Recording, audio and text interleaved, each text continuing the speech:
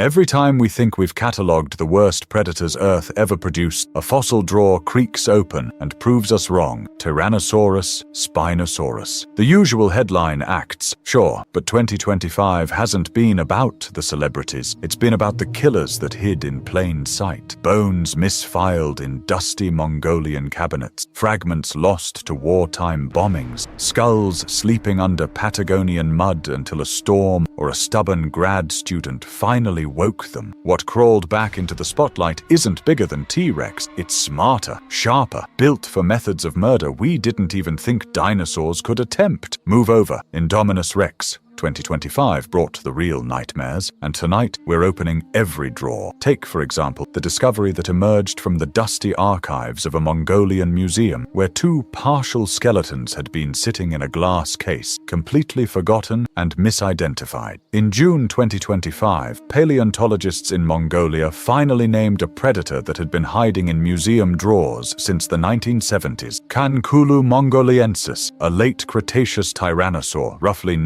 84 million years old. Try spelling that without your keyboard giving up. Now, you might be thinking that another tyrannosaur discovery isn't exactly groundbreaking news. After all, we've been finding T-Rex relatives for years now, but Khankhuuluu wasn't just another relative. It clarifies a key chapter in the tyrannosaur playbook. At around 7 meters or 23 feet in length, it was substantial, but not enormous by tyrannosaur standards. What made it special wasn't its size, but its proportions, which were unlike anything paleontologists had seen before. Instead of bone-crunching brute force like T-Rex, Khankhuuluu carried a slightly longer, more flexible neck, possibly allowing quick sideways strikes. Think precision over power, a surgeon's scalpel instead of a sledgehammer, if the surgeon were 7 meters long and permanently angry. The skull construction reveals something genuinely unsettling about how this predator operated. While most tyrannosaurs developed increasingly robust jaw muscles designed for maximum crushing force, Khankhuuluu took a different approach entirely. Its endocast hints at enlarged sensory integration regions, suggesting this predator relied as much on intelligence as it did on physical capability, and the environment where Khankhuuluu lived only made it more terrifying. Late Cretaceous Mongolia was a world of dense riverside forests and limited food resources, where competition was fierce and mistakes were fatal. This predator had adapted to thrive in exactly these conditions, developing not just the physical tools for targeted killing, but the intelligence to use them effectively. Perfect cover, perfect trap. Local isotopic context suggests Khankhuuluu was an opportunistic feeder, capable of switching between different prey types depending on availability. This behavioral flexibility would have been crucial in an environment where the largest herbivores were heavily defended and smaller prey required completely different hunting strategies. Khankhuuluu shows us precision over power, but 4,000 miles to the west, and buried under 80 years of wartime rubble, another predator was sharpening a very different set of knives. During World War II, Allied bombing raids destroyed Munich's old academy, taking with them an irreplaceable collection of Egyptian dinosaur fossils. Among the casualties was what German paleontologist Ernst Stromer had identified as a specimen of Carcharodontosaurus. For 80 years, these fossils were lost to history, remembered only through Stromer's notes and a few old photographs. In 2025, a grad student combing through pre-war photos noticed something Stromer had mislabeled back in the 1930s. Buried in those dusty negatives was evidence of a new Carcharodontosaurid from the Kem beds of Egypt, roughly 95 million years old. They've nicknamed it Tameryraptor markgraphy, a provisional name pending peer review, so spell it in pencil. Living in North Africa about 95 million years ago, Tameryraptor was around 10 meters, about 33 feet, likely smaller than T-Rex, but still a giant predator. That's where the similarities end. Its blade-like teeth hint at a slashing feeding style, but the snake-like jaw dislocation headlines pure speculation. No cranial joints show true dislocation in the available material. For now, picture a giant prehistoric bread knife with legs and call it a day. Tameryraptor solves the same problem differently. Less crush, more cut. While many large theropods were evolving toward ever-increasing bite forces, Tameryraptor appears to have optimized for cutting efficiency instead. The teeth show microwear consistent with slicing, suggesting this predator had perfected a feeding strategy that maximized tissue damage while minimizing the energy required per bite. One cut, infinite consequences. In the lush, tropical landscape of Cretaceous North Africa, dominated by massive sauropods and heavily armored herbivores, Tameryraptor had carved out its niche as the ultimate pinpoint killer. It didn't need to be the biggest or the strongest. It just needed to be the most technically proficient at turning living things into dead things. The fossil evidence suggests Tameryraptor shared its environment with some of the most heavily armored herbivores ever to exist, including massive titanosaurs with skin embedded with bony plates. In such a world, a predator that could deliver precise, devastating cuts to vulnerable areas would have had a significant advantage over those that relied solely on brute force. If North Africa taught us the value of a single perfect cut, Jurassic China proves patience can be just as lethal. March 2025 brought Yuanmoraptor jinshijiangensis, a 6-meter metriacanthosaurid from Middle Jurassic Yunnan, 170 million years ago. Scientists gave it a name that doubles as a tongue twister and a Scrabble cheat code. At about 6 meters or 20 feet in length, Yuanmoraptor might seem like the least intimidating predator we've discussed so far. And that would be your first mistake, because this dinosaur had evolved something far more terrifying than raw size or devastating claws. Brain case scans show enlarged smell and vision centers, suggesting an exceptional sense of smell and keen depth perception. Now, enhanced senses might not sound particularly frightening compared to massive claws or crushing jaws, but here's where Yuanmoraptor becomes truly unnerving. Its postcranial skeleton was built less for bursts, more for staying power, the kind of hunter that keeps you in sight until you make a mistake. The bone structure tells a chilling story of a predator perfectly adapted for persistence hunting. The leg bones show adaptations similar to those seen in modern cursorial predators, but with a twist. They're built for sustained performance rather than explosive speed. This suggests Yuanmoraptor could maintain a steady pursuit pace for extended periods, gradually wearing down prey that might initially outrun it. Picture being a small herbivorous dinosaur in Middle Jurassic China. You catch a dangerous scent on the wind and run for your life. You hide. You think you've escaped. Hours pass, maybe days. You start to relax, thinking you're safe. That's when you'd realize that Yuanmoraptor was still out there, still tracking, still following your scent trail with the patience of death itself. Good luck sleeping after picturing that in the dark.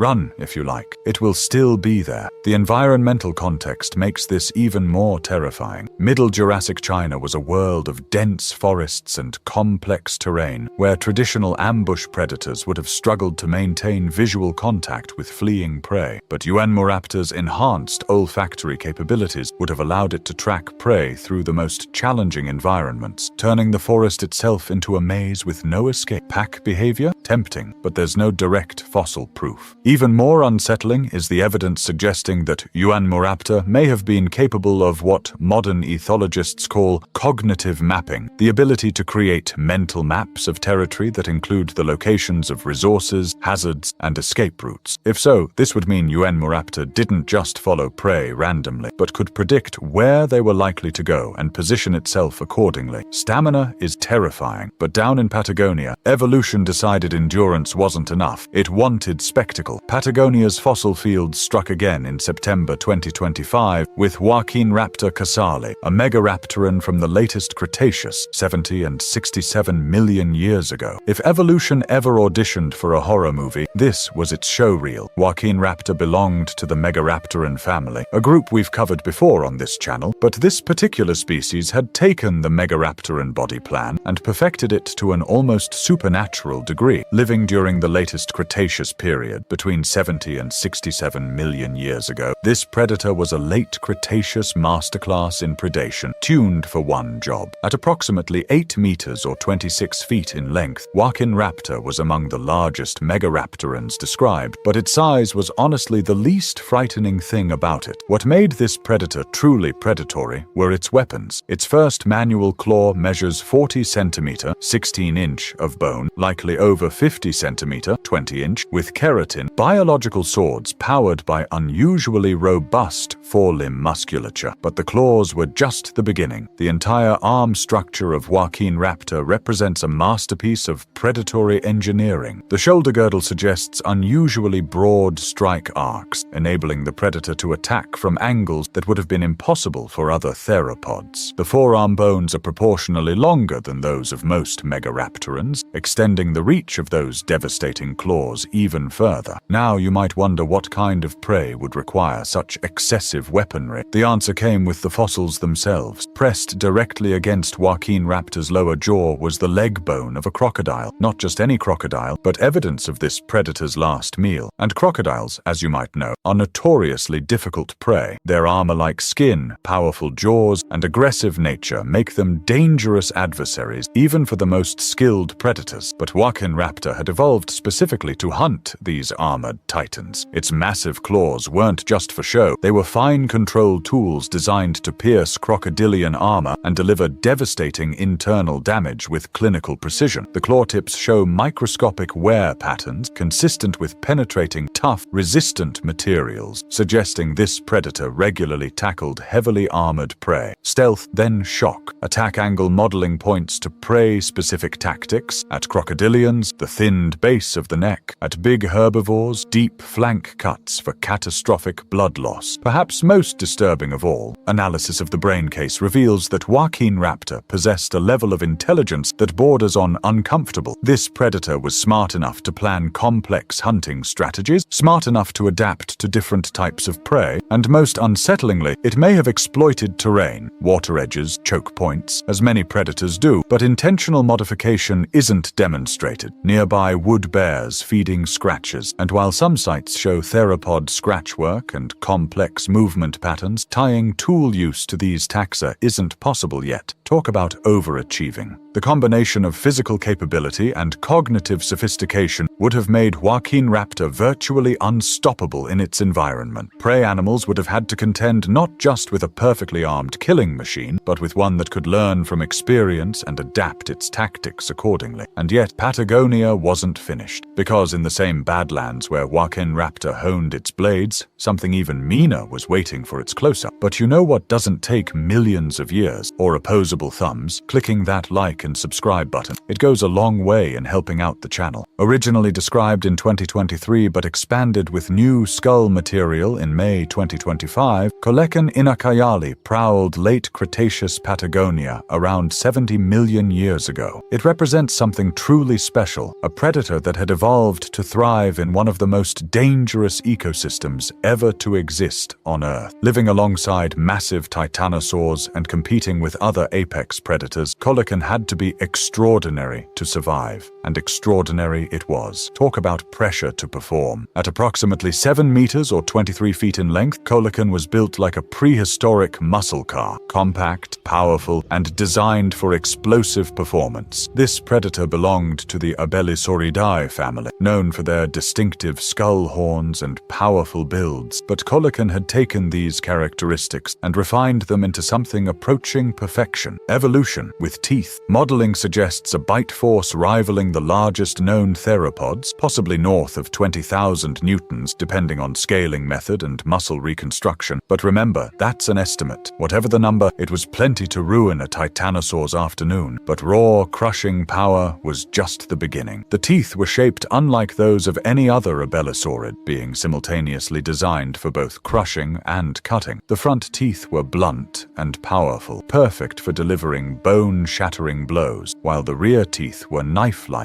designed to slice through flesh with scalpel-clean precision. This dual-purpose dental arrangement meant that Koleken could adapt its bite to whatever the situation required, crushing through armor one moment, slicing through soft tissue the next, and it could deliver these devastating bites with very rapid head and jaw motions. The point is speed, fast enough that prey would literally never see it coming. Its hindlimb proportions show cursorial, running, adaptations, rapid acceleration and tight turns that would have made escape virtually impossible. The skull architecture reveals additional adaptations that make Koleken even more formidable. Orbital orientation implies strong binocular overlap, precision-friendly depth cues. The skull roof shows evidence of powerful jaw muscles that could generate sustained biting force, allowing Koleken to maintain its grip on struggling prey. Living in what was essentially a prehistoric arms race, where massive titanosaurs had evolved increasingly sophisticated defenses, Koleken had evolved to counter every defense, to overcome every adaptation. Fossil evidence suggests it was not just a predator, but an apex specialist, capable of taking down prey much larger than itself through sheer technical superiority. Great news for science, bad news for anything with a pulse. The ecosystem where Koleken lived was perhaps the most dangerous in Earth's history. Massive titanosaurs with weaponized tails shared the landscape, with heavily armored ankylosaurs and duck-billed hadrosaurs that had evolved complex early warning systems. In such a world, only the most perfectly adapted predators could survive, and Koleken represents the pinnacle of that evolutionary arms race. Imagine surviving the Khankhuuluu stalking, the Tameryraptor slashing, the Yuanmoraptor tracking, and the Waqinraptor clawing, only to meet this explosive powerhouse in the dark. Sweet dreams. If you think you'd spot them coming, remember, you wouldn't even hear the drawer slide open. Now, you might be wondering what made 2025 such a remarkable year for these kinds of discoveries. These aren't just random finds. They represent a fundamental shift in our understanding of predatory evolution and the incredible diversity of killing strategies that emerged during the Mesozoic era. Each of these predators represents a different solution to the same basic problem: how to kill things efficiently in a world full of heavily defended prey. Khankhuuluu perfected targeted strikes. Tameryraptor developed extreme physical adaptations for maximum tissue damage. Yuanmoraptor relied on enhanced sensors and endurance tracking. Waqinraptor created the ultimate biological weapons, and Koleken combined overwhelming force with technical precision. But here's the truly unsettling part. Recent analysis suggests that these weren't isolated evolutionary experiments. The level of sophistication we're seeing indicates that predatory dinosaurs were engaged in an evolutionary arms race that was pushing them toward levels of lethality that we're only just beginning to understand. Take bite force analysis, for example. Traditional calculations based on skull morphology have consistently underestimated the jaw power of these predators because they failed to account for advanced muscle arrangements and leverage systems that we're only now discovering. Updated models push the upper ranges higher than classic estimates. Waqinraptor's claws, for instance, weren't just sharp. Internal ridges and cross-sections that boost resistance to bending and cracking, remarkably efficient for bone pus keratin. Koleken's jaw muscles show complex muscle attachment patterns, allowing it to generate sustained crushing force while maintaining the ability to make rapid adjustments mid-bite.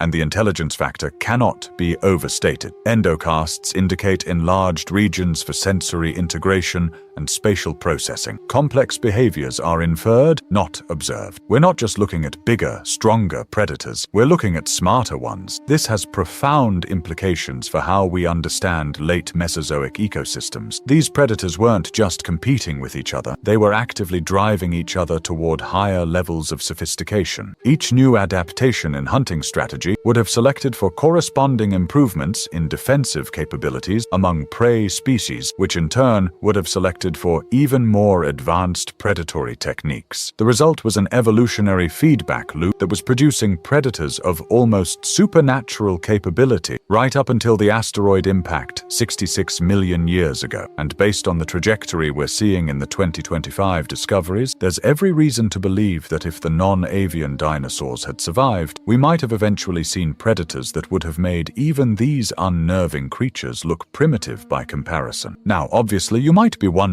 how we can be so confident about the hunting behaviors and capabilities of animals that died out millions of years ago. The answer lies in the remarkable preservation conditions of the 2025 discoveries and the increasingly sophisticated analytical techniques that paleontologists have at their disposal. For example, the Waqinraptor specimen preserved not just the bones, but also impressions of muscle attachment sites, ligament connections, and even some soft tissue structures. When combined with advanced computer modeling and comparisons with modern predators, researchers can reconstruct not just what these animals looked like, but how they moved, how they killed, and even how they interacted with their environment. Isotopic analysis of the bones can tell us what they ate, how often they fed, and even whether they were ambush predators or persistence hunters. Microscopic examination of claw and tooth surfaces reveals wear patterns that indicate exactly how these weapons were used, and CT scanning of brain cavities provides unprecedented insights into cognitive capabilities and sensory processing power. The picture that emerges from these analyses is of predators that were operating at levels of efficiency and sophistication that challenge our basic assumptions about what's possible in the natural world. These weren't just big, dumb killing machines, they were exact instruments, honed by millions of years of evolution into forms that were perfectly adapted for their deadly purposes. And perhaps most remarkably, each of the 2025 discoveries represents a completely different approach to achieving predatory perfection. There wasn't just one way to be a successful carnivorous dinosaur. There were dozens, maybe hundreds of different strategies, each one fine-tuned for specific prey types, environments, and ecological niches. This diversity of approaches suggests that predatory dinosaurs had achieved something that modern ecosystems have never quite matched, a level of specialization and refinement that allowed multiple apex predators to coexist in the same environment without direct competition. They had essentially divided up the business of killing into discrete specialties, with each predator focusing on what it did best. The implications of this go far beyond paleontology. These discoveries are forcing us to reconsider our understanding of predator-prey dynamics, evolutionary arms races, and the theoretical limits of biological weapon systems. In some cases, the capabilities we're documenting exceed what should be possible based on current biomechanical models. Take Koleken's bite force, for example. The calculated jaw strength should require muscle mass that would make the skull impossibly heavy, yet somehow this predator managed to achieve both devastating bite power and rapid head movement. The solution appears to involve muscle fiber arrangements that don't map neatly onto living analogs, a biological innovation that died out with the non-avian dinosaurs. Similarly, Waqinraptor's claw design incorporates structural features that push the boundaries of what should be possible with organic materials. The internal architecture of these claws shows stress distribution patterns that would be impressive in a modern engineered blade, let alone a biological structure that grew naturally. These discoveries are also revolutionizing our understanding of late Cretaceous ecosystems. Rather than the relatively simple predator-prey relationships that we used to envision, the 2025 finds reveal a world of staggering complexity, where different predator species had carved out incredibly specific ecological niches based on highly specialized killing strategies. In this world, being a successful herbivore required not just size or armor, but sophisticated behavioral adaptations that could counter a wide variety of predatory techniques. The massive titanosaurs weren't just big, they were smart enough to recognize the different threat profiles of various predator species and adjust their defensive strategies accordingly. The smaller herbivores had to be even more sophisticated, developing complex social structures, early warning systems, and escape strategies that were tailored to specific predator types. Some appear to have developed specialized alarm calls for different threats, while others evolved behavioral patterns that made them effectively invisible to certain predatory hunting strategies. This level of behavioral sophistication, combined with the extreme physical capabilities we are documenting, paints a picture of predatory dinosaurs that were operating at cognitive and physical levels that we're only just beginning to appreciate, and it raises some genuinely unsettling questions about what might have evolved if the asteroid hadn't intervened. The trajectory we're seeing in the 2025 discoveries suggests that predatory dinosaurs were still rapidly evolving new capabilities right up until the end of the Cretaceous. There's no evidence of an evolutionary plateau or any indication that these predators had reached the limits of their potential. If anything, the opposite appears to be true. The latest species seem to be the most sophisticated, the most specialized, and in many cases, the most lethal. It's as if 160 million years of evolution had been building towards something truly extraordinary, only to be cut short by cosmic bad luck. And honestly, given what we've seen in just 1 year of discoveries, that might be the most terrifying thought of all. Because if these are the predators that evolution was producing 66 million years ago, after only 160 million years of refinement, imagine what might have emerged after 200 million years, or 300 million, all of which leaves one last uncomfortable thought. These discoveries aren't endings, they're warnings. The 2025 Hall of Predators represents more than just a collection of remarkable fossil discoveries. It's a window into a world where the fundamental rules of predation had been pushed to their absolute limits, where every conceivable hunting strategy had been perfected, and where the very concept of being prey had become a nightmare of almost unimaginable proportions. These weren't just animals.